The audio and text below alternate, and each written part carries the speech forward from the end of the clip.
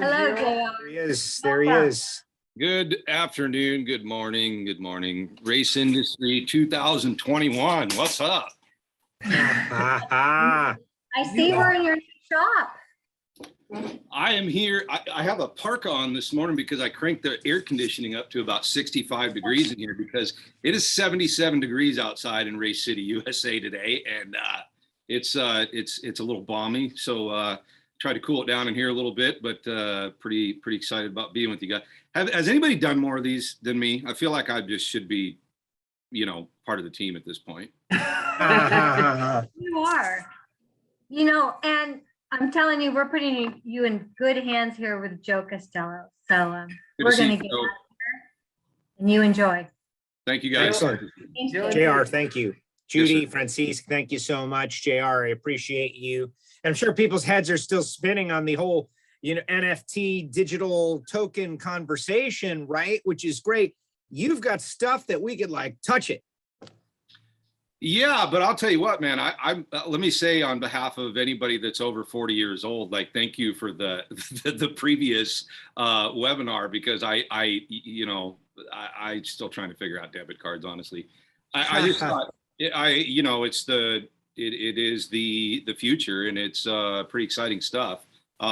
Yeah, we've got stuff you can touch, you can feel, you can wear, you can, you can't necessarily purchase it yet until I figure out how to use NFTs and Bitcoins, but you can certainly give our staff a call and check us out online at k1racegear.com. We got a lot of good stuff right now. That is very interesting, and in no way to diminish. In fact, I was taking so many notes because it's just something that I know it's the future, but let's talk about something that is current and right now, and that is safety gear. And Judy referenced it, right? That you had a big year. Why don't you tell us a little bit about getting out there and having some great success in 2021 with one of the world's top drivers using your gear? Yeah, certainly. I mean, it was a huge year for us in regards to the NASCAR victory and championship with Kyle Larson and Hendrick Motorsports, the partnership that we truly value a lot. And I mean, even beyond that, obviously, with being with Kyle on his journey and from all the sprint car victories, it's hard to remember all the ones that he's won this year and last year, but it's been pretty exciting for the brand. Obviously, even beyond that, we picked up a USAC midget series win with Michael Buddy Kofoid this year. It's been a tremendous year for our brand ambassadors and for K1 RaceGear and my team that puts together our athlete program. I mean, it's one of a kind. Nobody does it like we do, and it's the results are pretty astounding. So let's get into it. As a distributor of race gear, what are limitations? How are we looking for distributors for you? Are we looking to sell direct to racers who are in need of fire suits and helmets? Tell me a little bit, give us a kind of 50,000 foot view of the business and how we can maximize this opportunity here on Industry Week. Yeah, of course. So we primarily began this venture as a means to supply karting gear to our go-karters that were coming into our parent company's facilities, K1 Speed, who's the largest indoor go-karting facility in the world. When I took over in 2015, obviously with being in the automotive industry for going on 20 years, the goal was to transition that and our capabilities in manufacturing to the automotive market, and more importantly, the custom suit market and branding. And so that's where we were for the first 2 or 3 years, was building that market. In turn, what it has done is opened up the distribution channels of our standard products. And so that's primarily what we look to do. As both models with our partners, and what we're advertising is, we build the finest custom suits in the world by far. And our new line of products, whether it be, from head to toe, balaclavas, underwear, socks, shoes in both FIA and SFI markets, suits, gloves. And this next year, we're focusing a lot on our new apparel and lifestyle brand, which would be more tailored towards, obviously, retail customers, but teams who are looking to outfit themselves with team jackets and apparel. We have the capabilities of manufacturing all this in embroidered, printed, and sublimated. So that's another big one.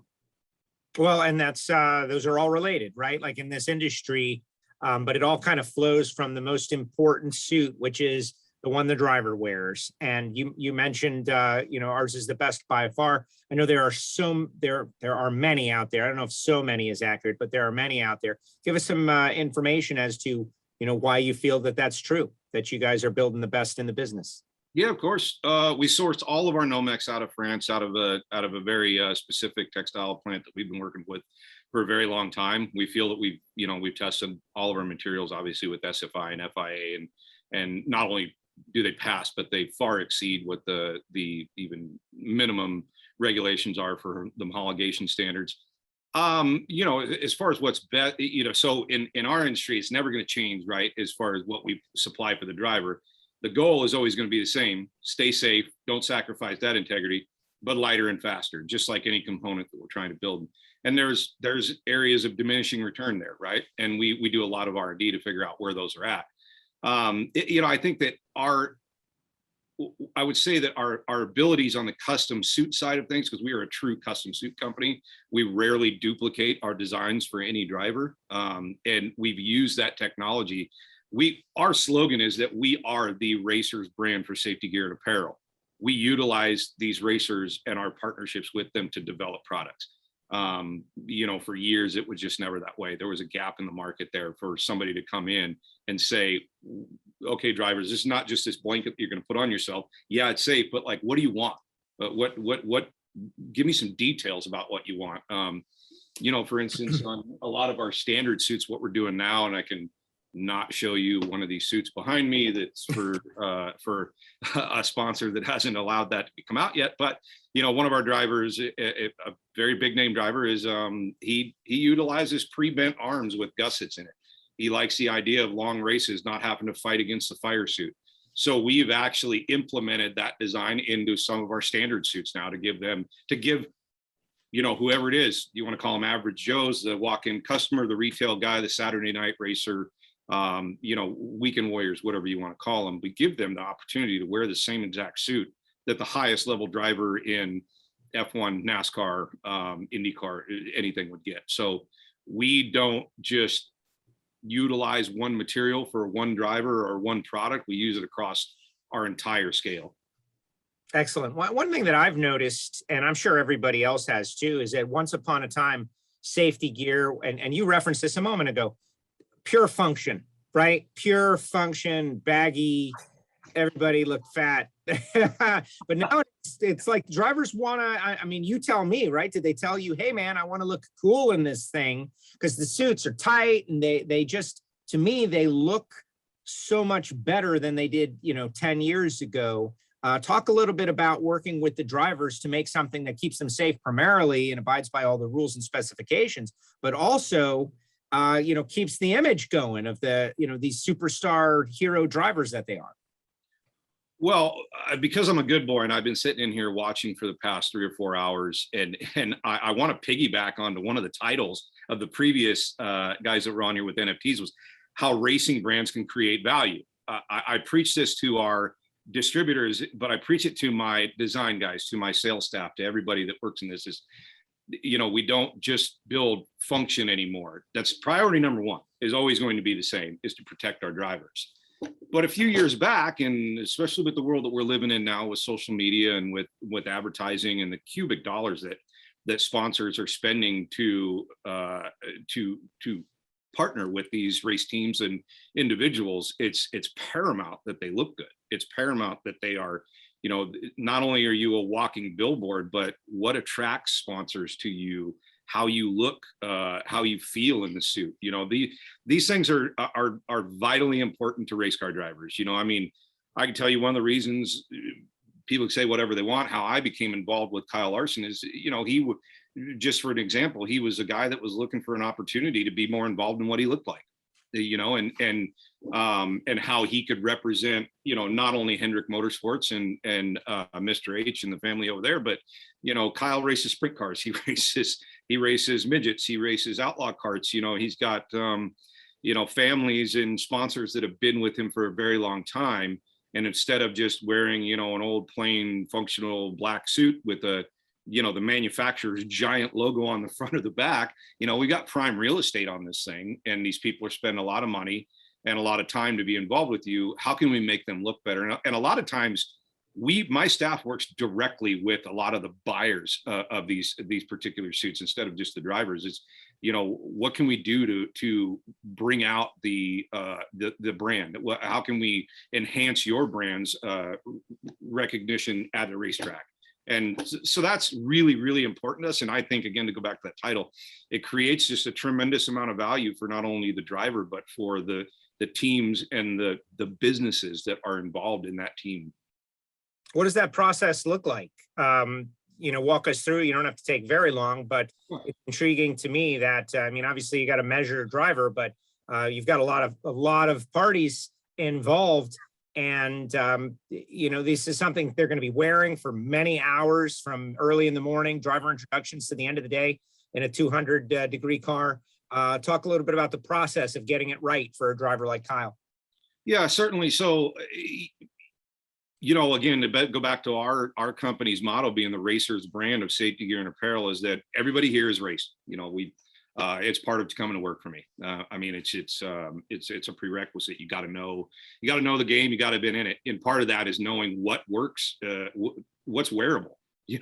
I've worked with guys that are like, man, I want to put this all over this, and that's great. I appreciate your design input, but in reality, the driver's not going to be able to wear that. Okay, so that's number one. It still has to be functional. The process generally starts. We've got it down to a science, obviously, with the amount of custom suits. I think this year we're approaching the 4,000 custom suits worldwide. That's a ridiculous number. So to be able to do that, we have to have all of our ducks in a row. And so we obviously have forms that are, before the process even kicks off, is measurement forms, whether we measure them. We have a video link in every single email that we send out there that walks through exactly how to measure, how to do it correctly. Get that part out of the way, because that is vital.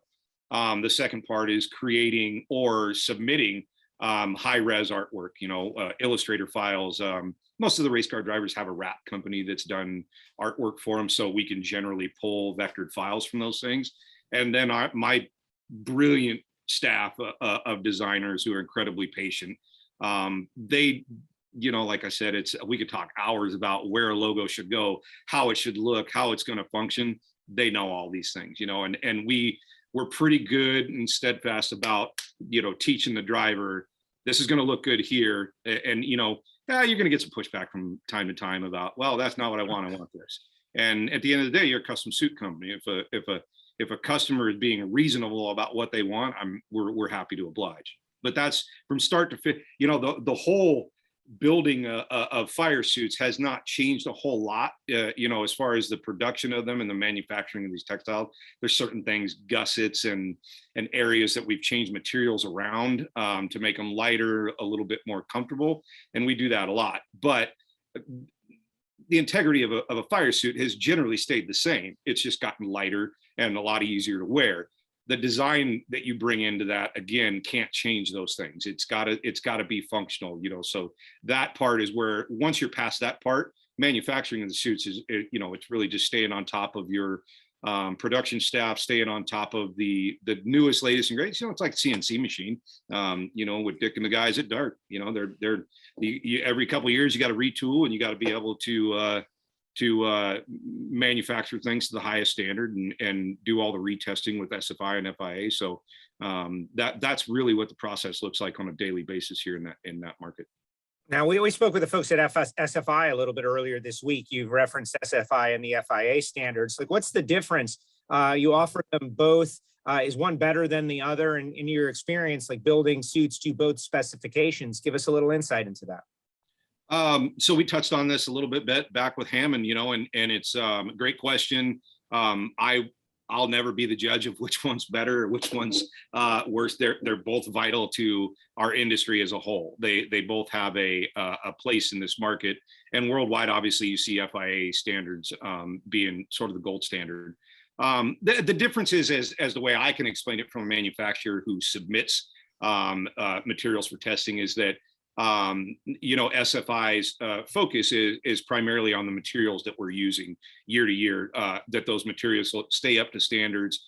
if we're changing a layup or a homologation that we're shooting for, then we need to submit those materials and let them do their penetration, heat, TPP, screening, and all that kind of stuff to make sure that it meets their minimum standards. Great stuff. FIA is similar in that, except they take more of a whole suit, whole glove, whole underwear approach, meaning the manufacturing techniques that are used, the stitching, the stitch count, the overall construction of the product that you're submitting. Those are really the differences. But again, both of the standards are meant to give the drivers and teams a standard that needs to be met by the manufacturer that they choose to assure that, yes, this has been tested, it's producing or exceeding the results that we set as a minimum. And that's really what they're both doing. You know, they just go about different ways of doing it. Excellent. Does K1 offer, head and neck restraints in addition to suits, or are you guys just suits? You specialize in suits, or are there other safety equipment that you're expanding to? Give us some insight. Yeah, no, we're currently, I say currently, and because I don't have an announcement on it, but we're currently, driver only head to toe with apparel and safety apparel. So anything from, like I said, balaclavas, socks, underwear, shoes, and certainly suits. We are looking into other markets. We're a fairly young company still. And a lot of companies, some of these legacy brands who've been in the industry far longer than K1 and have had the opportunity to test a lot of the head and neck restraints, as well as the manufacturing of those, the testing of those, and helmets as well. That's a game that I don't plan on delving into. But there's some other things that we are looking at. Restraints, belts obviously is a market we have a capability in. But like the K1 RaceGear stuff, I'm not going to push us in that direction until we can create something that is viable, that the market needs, and we can do it at a cost that's effective and that meets or exceeds any standards or what somebody else has out there. And Garrett just asked a question in the chat section about exactly that. Other than suits, what products do you offer? And I think you just touched on that. You know what, JR, why don't you give your contact information for people that are interested? I do have a couple more questions for you, but no reason to make people wait, right? They already know what they're talking about. Best way to reach out to you, to the company, with questions or inquiries. Absolutely. Yeah, you can reach us at k1racegear.com. Obviously, there's a contact list in there with both phone numbers, both locations, and our sales staff, each individual's email address that you can reach out to. Obviously, you can also use the portals through Epartrade you can issue questions that will come directly to us. That's obviously why we're here. This is a great platform. It's pretty unique in that you can, racer B2B or racer to brand, connection is made possible by companies like this. You can reach us on social media, obviously, with Facebook, Instagram, Twitter, LinkedIn, all that. So we're fairly easy to get a hold of. We're rather visible in the industry right now. And any questions you have, whether it be about manufacturing, about sales, about anything like that, our staff will be happy to oblige. So you can find us there. The easiest way is probably at k1racegear.com and to give us a call.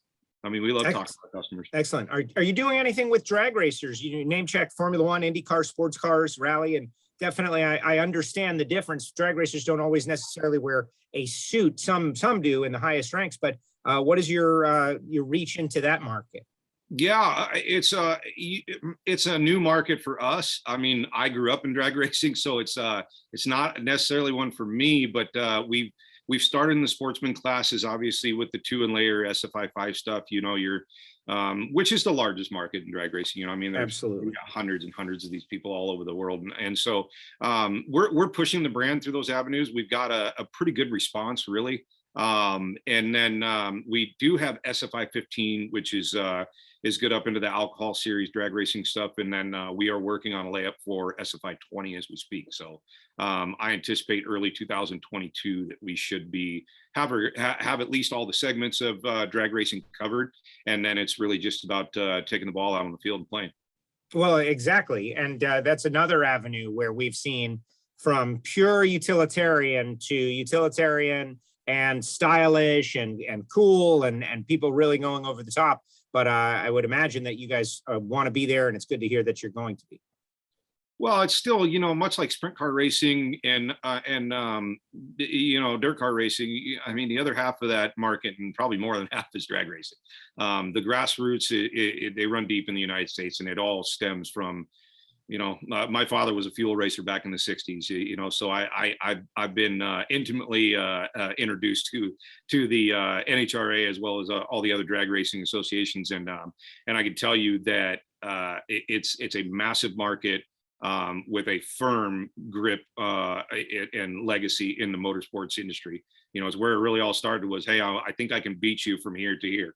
That all came from drag racing. So it's we're eager to get further into that, and to bring our brand into the drag racing market a little more heavily this year. Very exciting, very exciting. Is there anything that you wanted to throw out there that we did not yet cover for folks out there? I always like to ask a question that's forward looking for the future of safety, very important. That's always on my mind, but is there something that we didn't quite get to just yet? No, we touched on a lot of stuff, man, in the last couple of weeks. You and Hammond have been great. Thank you so much. It's always great to get on and talk with professionals. Like I said, we are knee deep in custom suit season. So obviously, if you are looking for custom apparel, any sort of apparel, here in our new store, this is our new K1 RaceGear retail store in Mooresville, North Carolina. Down the road, we are looking at in Brownsburg, Indiana right now for a retail store, so we can set up K1 RaceGear in Indy. Obviously, we're expanding the brand worldwide, and distributors worldwide that we're looking for in Europe and other countries. Our capabilities are we've talked about those clearly. But yeah, just expansion, being the little business that could, we're still cranking along and doing awesome, and bringing the fight to our competitors, which is a lot of fun for us. So it's all good stuff. Being on with a champion certainly doesn't hurt. And I love the fact that you've got to walk in like a retail store. Like, that's a great idea. People like to be able to go and see and touch. Hey, let's talk about the sublimation side of it though, right? Like, you've got a team, they go through all this effort to have you guys design a custom fire suit, and now you can bring that same look throughout the team. I think that could be a really good business for you. Yeah, I mean, the limitations on what you can do in sublimation is there aren't any. Right. That's what's really cool about it. So where you might not be able to incorporate some of that design that perhaps a sponsor or somebody in the art department is looking for on the driver, you could certainly do that in the team apparel with sublimation. I mean, there is really no limit to what you can do in that department. And we've been doing it with crew shirts for quite some time, but it's becoming more and more apparent that even merchandise companies now who are wanting their drivers or the teams that they're affiliated with to be able to sell merchandise that is more of the liking of their driver or their team, right? So they want, maybe instead of a t-shirt with the print on them now, they would like to have a t-shirt cut that is that looks the same as Kyle Larson or Logan Schuchart or Matt Crafton's Menard stuff. We can do that in sublimation and make it look a lot more realistic. So that's just a huge market. There's really no end to it. It's not even just motorsports. I mean, we're talking about fishing and corporate retail and all that. So it's a big market that we've always been in, but we're starting to progress further in.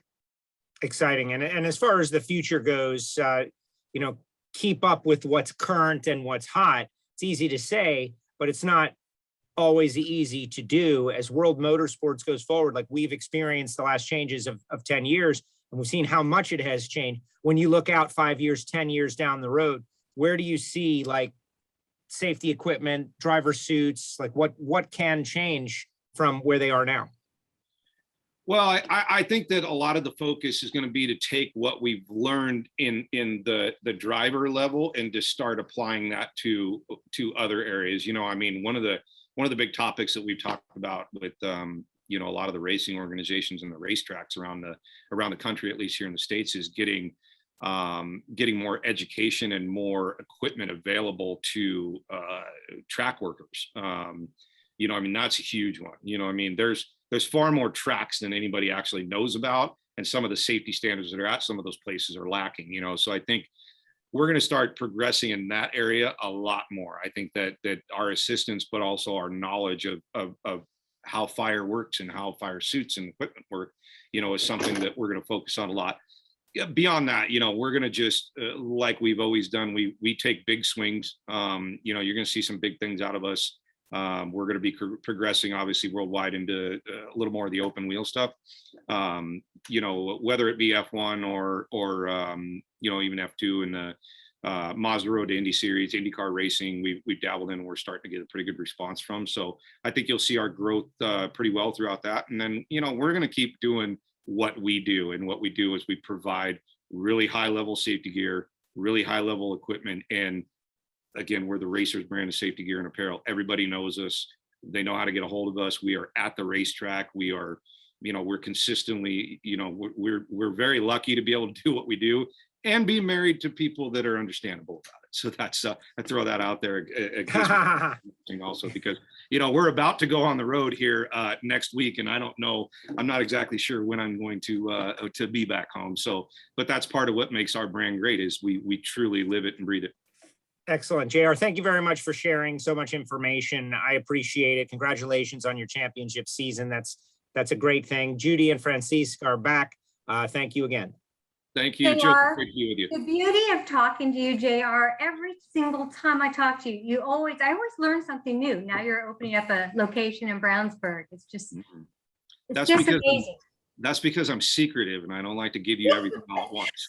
No, that's good. But it's been fun to watch your company grow because I remember when you first stepped into PRI and look at you now. You remember the little wall that you used to push your little scooter on over to me and bring me waters and when I was all by myself. Yeah, well, but you like made the difference. You made the difference, and this is an industry about people, and people make the difference, and that's really to your credit. So thank you for your support. Thank you for being with us today.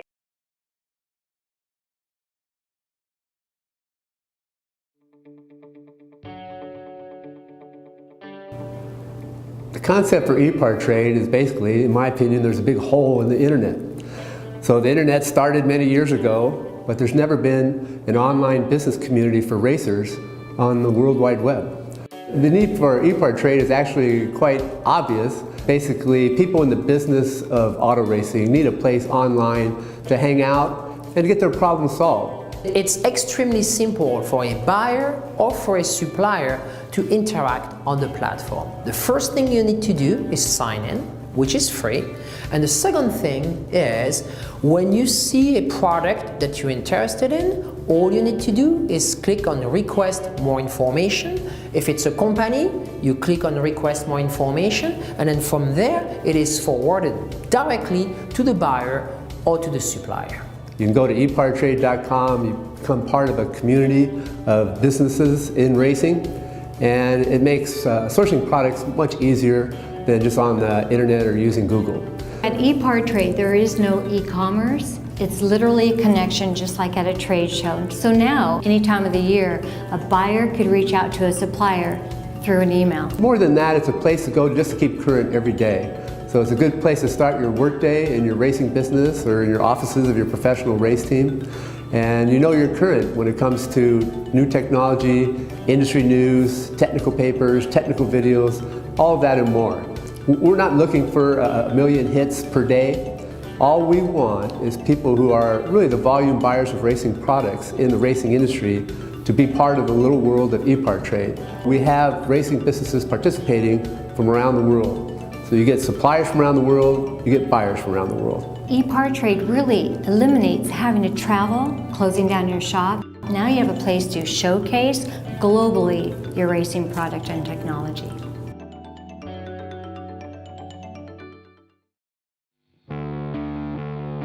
There are two types of people, racers and everyone else. Racer Magazine is for those who believe that racing is a way of life. Racer embodies the excellence that defines a sport driven by passion, courage, and ingenuity.